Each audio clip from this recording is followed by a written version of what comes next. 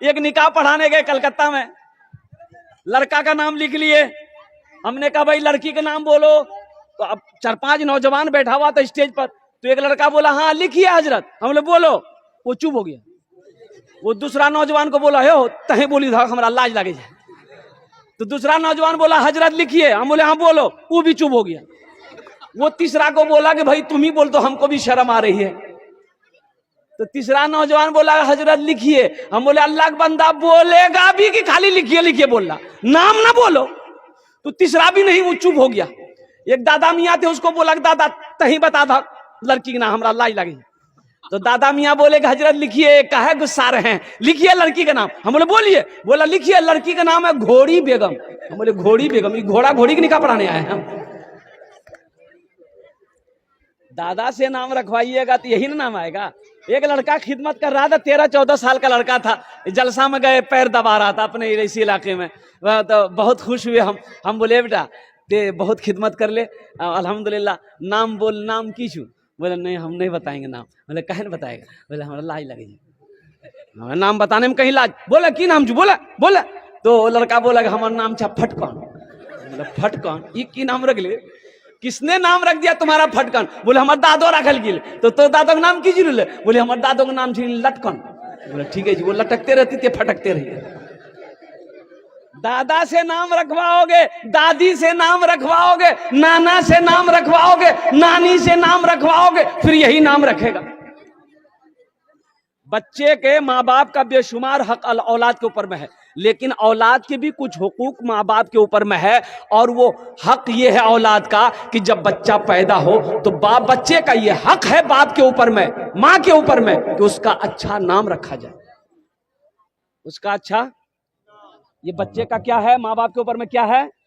हक है। ये माँ बाप के ऊपर में क्या है? बच्चे का हक है। जो दुनिया में किसी का हक को मारेगा, कल कयामत के दिन हशर के मैदान में अल्लाह की बारगाह में मुजरिम होगा, उसकी पकड़ होगी। इसलिए मेरे भाइयों, अपने बच्चों का अच्छा नाम रखो, अपनी बेटियों का अच्छा नाम रखो, अपने बच्चों को तालीम से आरास्ता करो, अपने बच्चों को हाफिजा बनाओ, अपने बच्चों को आलिम बनाओ, इसलिए कि ताकि मर जाओगे यही बच्चा दुनिया में नेक अमल करता रहेगा, अल्लाह कब्र में सवाब अता फरमाता रहेगा। ए बाबू, ए बेटा चुप है, बैठो बैठो, आराम से बैठो, आराम से बैठो। तो मैं कहते मदरसा, अब वही बच्चा बड़ा हो गया,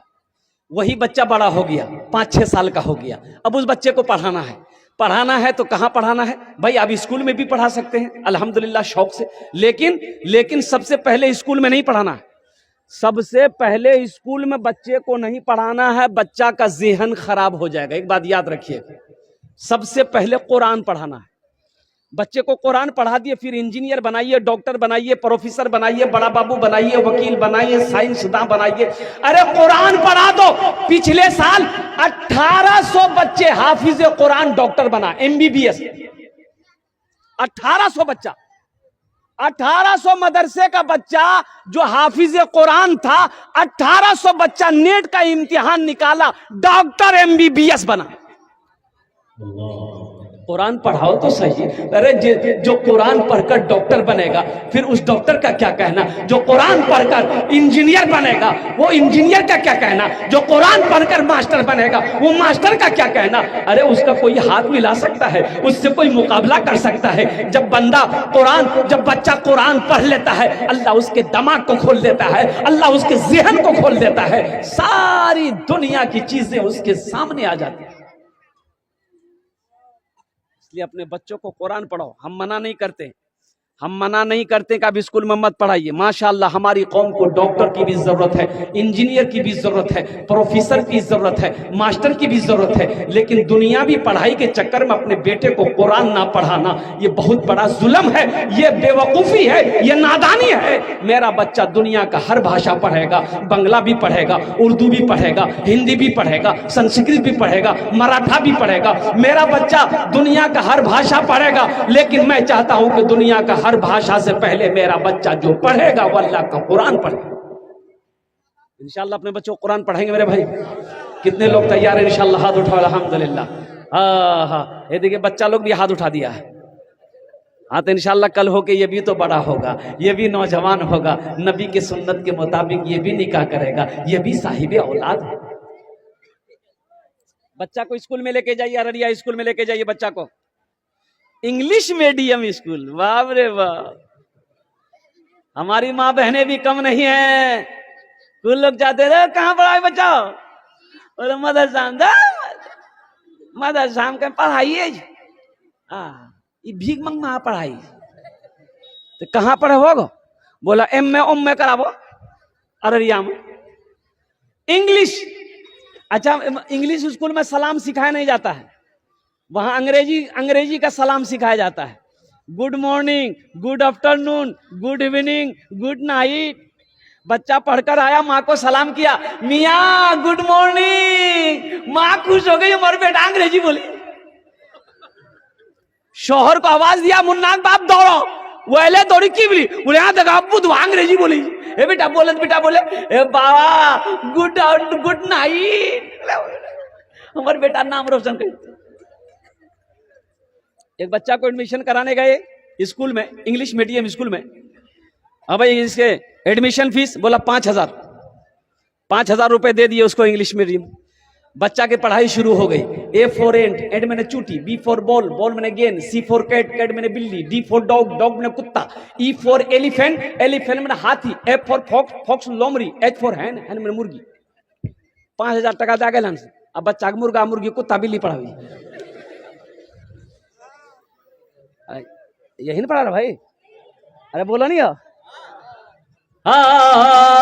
हम मना नहीं करते अपने बच्चे को आप इंग्लिश ना पढ़ाओ, शौक से पढ़ाओ, लेकिन इंग्लिश के चक्कर में कुरान को ना पढ़ाना बड़ा जुल्म है, ये नादानी है, ये बेवकूफी है। अक्लमंद इंसान वो है जो दुनिया में रह के आखिरत की तैयारी कर ले।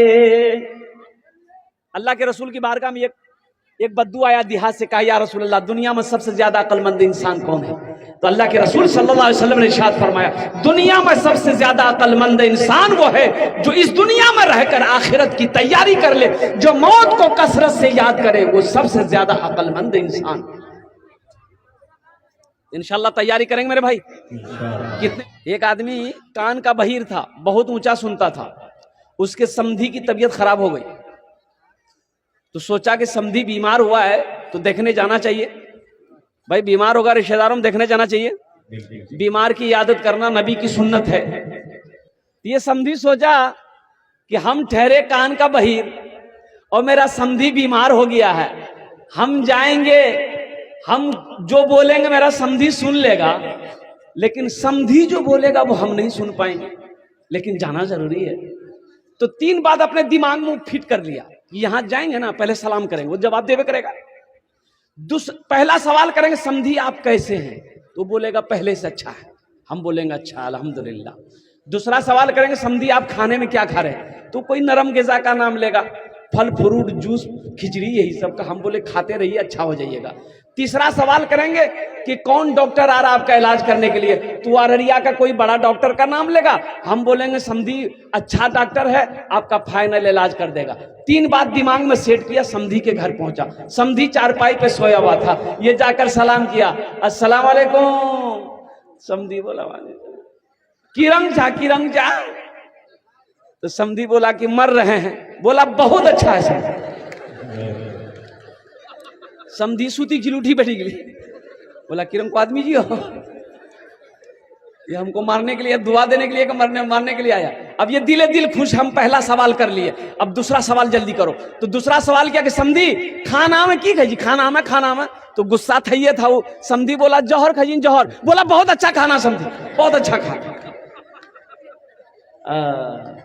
अब समधी बैठा हुआ था, उठ के खड़ा हो गया कि कब इसको धक्का मार के घर से बाहर निकालते हैं। ये दिल खुश था, 2 सवाल कर दिए, अब तीसरा सवाल करें, समधी कौन डॉक्टर आ रहा है इलाज करने के लिए, तो गुस्सा में लाल पीला होके बोला कि मलकुल मौत आ रहा है, बोला फाइनल डॉक्टर समधी एकदम इलाज करी थी। भाई फायदा हुआ, ये दिल खुश हुआ कि चलो समधी की इयादत हो गई, समधी को देख लिए, अब समधी को शिकायत नहीं होगी कि वो बीमार हुआ, हम देखने नहीं आए, सलाम किया निकल गया। भाई फायदा मिला, बोलो भाई फायदा मिला।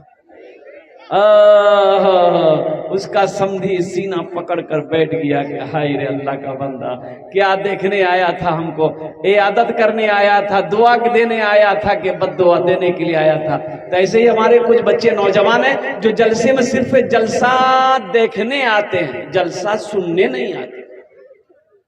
सुनने वाले तो बैठे हुए, ये सुनने वाले बैठे। हमारे नौजवानों को बहुत सारी कमियां हैं, मैं आपको क्या गिनती कराऊं। ये मकतब क्यों जरूरी है, ये मदरसे क्यों जरूरी है, बहुत जरूरी है, बहुत जरूरी है। आज हमारे बच्चों को पता नहीं है वजू में कितने फर्ज है, गुस्ल में कितने फर्ज है, नमाज के कितने फराइज हैं, पता नहीं। ये कौन सिखाएगा, कहां सीखेगा, स्कूल में सीखेगा, कॉलेज में सीखेगा, यूनिवर्सिटी में सीखेगा कि मदरसे में सीखेगा, कहां सीखेगा भाई? अरे भाई बोलो भाई, कहां सीखेगा? तो मकतब में सीखेगा, मदरसे में सीखेगा। ये तालीम तो यहाँ दी जाती है। अफसोस का मकाम है, कुछ लोग मकतब को पसंद नहीं करते, कुछ लोग मदरसों को पसंद नहीं करते हैं। कहते हो अगर कोई मदरसा बन रहा हो, लोग कहे की बना भैया, बोले मदरसा, बोले मदरसा भाई मौलवी इतनी धंधा बना ली, मदरसा खोली जी, मकतब चलावी, खाली चंदा करता हूं खेता। ये मौलवी लोग धंधा बना लिया है, खाली मदरसा खोलता है, खाली मकतब खोलता है। ए मुसलमानों, हम कहते हैं ये मदरसे नहीं रहेंगे, मकतब नहीं रहेगा, बच्चा आलिम नहीं बनेगा, बच्चा हाफिज नहीं बनेगा, मरोगे तो जनाजा कौन पढ़ाएगा? भाई जनाजा कौन पढ़ाएगा? मास्टर साहब, वकील साहब, वकील साहब ने, बड़ा बाबू। बेटी का निकाह है, बेटी मेरी बड़ी हो गई, शादी, मेरी बेटी की शादी है, निकाह कौन पढ़ाएगा? इंजीनियर साहब। ये मदरसे जरूरी है कि नहीं भाई? मकतब जरूरी है कि नहीं है? तो भाई ये मकतब जरूरी है कि नहीं है? मदरसे जरूरी है कि नहीं है? अपने बच्चे को कुरान पढ़ाओ। अरे मर जाओगे तो कम से कम यही बच्चा कुरान पढ़कर दुआ तो कर देगा। दुआ करने वाला भी कोई नहीं मिलेगा। ये मकतब जब तक चलते रहेंगे, ये मदरसे जब तक चलते रहेंगे, ये सूरज चांद निकलता रहेगा। जिस दिन ये मकतब मदरसे बंद हो गए, अल्लाह की कसम, अल्लाह सूरज को भी निकालना बंद कर देगा, अल्लाह चांद का निकालना भी बंद कर देगा।